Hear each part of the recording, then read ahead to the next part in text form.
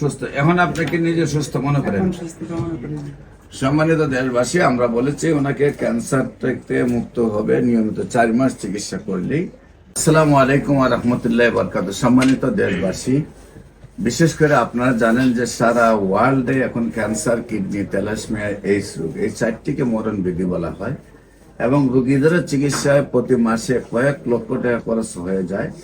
বছরখানেক চিকিৎসা করলে কোটি টাকা নষ্ট করে, যে দেখা যায় লিভার ট্রান্সফার করতে হয় 70-80 লক্ষ টাকা দরকার, কোথাও কোটি টাকা দরকার।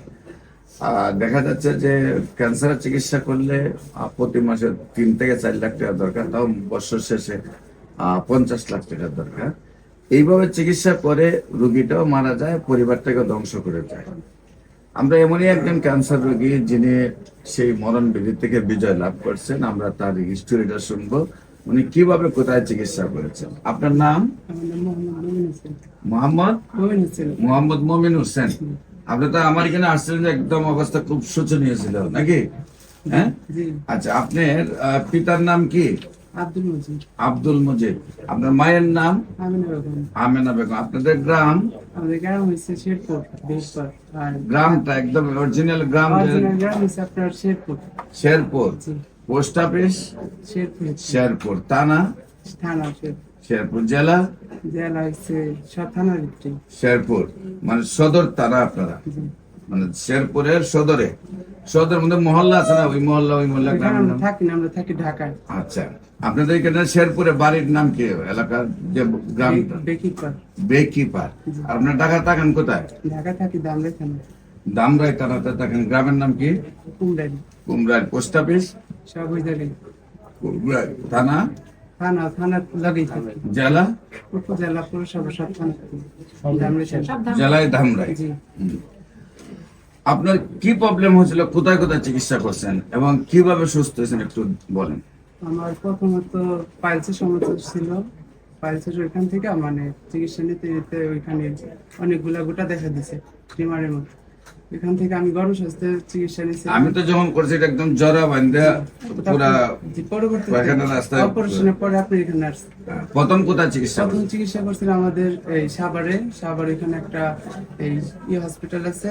নাম কি? গণস্বাস্থ্য। জাফরুল্লাহ স্যারের হাসপাতালে। ওইখান থেকে চিকিৎসা করার পর পরবর্তীতে বাড়ছে, তারা অপারেশনের কথা বলছিল। পরে ওইখান থেকে তারা আমাকে পেজ হসপিটালে পাঠিয়েছিল। ওইখান থেকে অপারেশন করে বাড়ার না, এখানে অপারেশন করিনি, পেজ হসপিটালে পাঠিয়েছিল। ওরা অপারেশন করে নাই, বলছে কি আপনি পিজিতে চলে যান। আচ্ছা, তা চলে আসছেন পিজিতে। পিজিতে আসার পর অনেক ঘোরানোর পরে পেজ হসপিটালে অপারেশন করছিলাম। করার পরবর্তীতে আবার মানে জিনিসটা 3 মাস ভালো ছিলাম।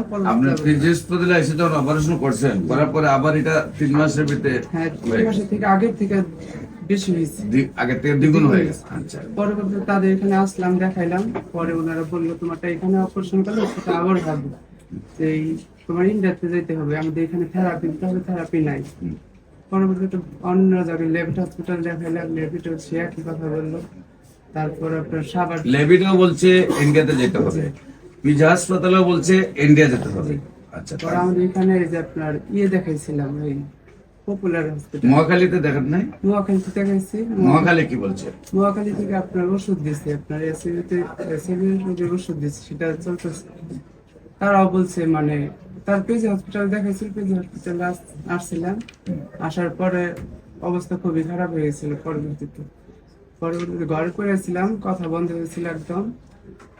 কথা ব্লাড ভাঙছে, প্রচুর ব্লাড ভাঙার পর একদম মানে ঘরে পড়েছিলাম। পরবর্তীতে ফেসবুক চালানোর পর ওই বাইরের আইডিটা পর ওনার সাথে কথা বললাম। উনি বললাম আমাদের এখানে আসো, স্যারের দেখান। স্যারের দেখায় কি বলে, পরে আসলাম। এখানে আসার পরে আপনি আমার এখানে যখন আসছেন তখন তো আপনি ব্লিডিং হচ্ছে, প্রচুর গন্ধ ছড়াচ্ছে, আর হলো বাথরুমের রাস্তায় একদম পুরাটা একটা জরা বান্ধে একটা টিউমার ছিল, একাধিক টিউমারের মাধ্যমে। এমনকি ডাক্তার সাহেব বলছেন যে শাড়িটা ধরেন না নাকি? আচ্ছা, এরপরে হলো গন্ধ ছিল প্রচুর। আপনার সাথে যে এইচবিএস আছে এটা আপনি জানেন? জানেন। আচ্ছা, এরপরে এখন আপনার চিকিৎসা আমাদের এখানে করার পরে প্রথম অবস্থায় কি হলো? প্রথম অবস্থায় মানে খুবই অবস্থা খারাপ ছিল। পরে মানে 1 মাস আমার চিকিৎসা নেওয়ার পরে আরো দুর্বল হয়ে গেছে, একদম বিছানা করা থেকে আরো অবস্থা খারাপ হয়ে গেল। তারপরে পরে আপনারা ফোন দিয়ে পরে আপনি কুরিয়ার সার্ভিস করে ওষুধ পাঠালেন রক্ত বন্ধ হওয়ার পর ওর থেকে মানে আস্তে আস্তে সুস্থ হয়ে দ্বিতীয় গেছে। মাস আজকে কয় মাস চলে? 2 মাস দ্বিতীয় মাস, 3 মাস আসছে। এখন তৃতীয় মাস সামনে। জি। প্রথম মাসে অসুস্থতা আরো বেড়ে গেল, দ্বিতীয় মাসে এসে মোটামুটি সুস্থ। এখন আপনাকে নিজে সুস্থ মনে করেন? এখন সুস্থ মনে করেন। সম্মানিত দেশবাসী, আমরা বলেছি ওনাকে ক্যান্সার থেকে মুক্ত হবে নিয়মিত 4 মাস চিকিৎসা করলেই। ওনার মানে এসবিএস এজে আছে এবং পাশাপাশি ক্যান্সার, যেটা হলো ডাক্তাররা দেখা মাত্র ওনাকে বিদায় দিয়ে দেয়। এমনকি ফিজি হসপিটাল থেকে বিদায় দিয়েছে, মহাকালের থেকে বিদায় দিয়েছে, লেভিট থেকে বিদায় দিয়েছে। তারপরে ইন্ডিয়া যাওয়ার জন্য তারা পরামর্শ দিয়েছে। তারপরে পিজি সর্বোচ্চ হাসপাতাল হিসেবে তারা একবার অপারেশন করেছে। অপারেশন করার পরেও দেখা যায় আবার এটা ডাবল আকারে হয়ে গেছে।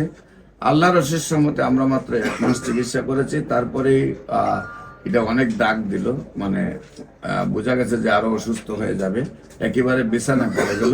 তারপর দ্বিতীয় মাসে চিকিৎসা করে সুস্থ হলো। উনি যখন ঘরে ঢুকতো গন্ধে কেউ টিকতে পারতো না ঘরে, এবং ব্লিডিং, পর্যাপ্ত ব্লিডিং হয়তো। আল্লাহ ওনাকে সুস্থতা দান করেছেন। দেশবাসীর কাছে আমরা দোয়া চাই উনি যেন টোটালি ক্যান্সার মুক্ত একটি জীবন উনি তাকে এই রোগটার মুক্ত একটা ব্যক্তি হিসাবে তাকে আপনারা দোয়া করবেন ওনার জন্য, উনি যেন স্থায়ীভাবে সুন্দরভাবে সুস্থ হয়ে যায়। আমরা 4 মাস পরে রিপোর্ট করব।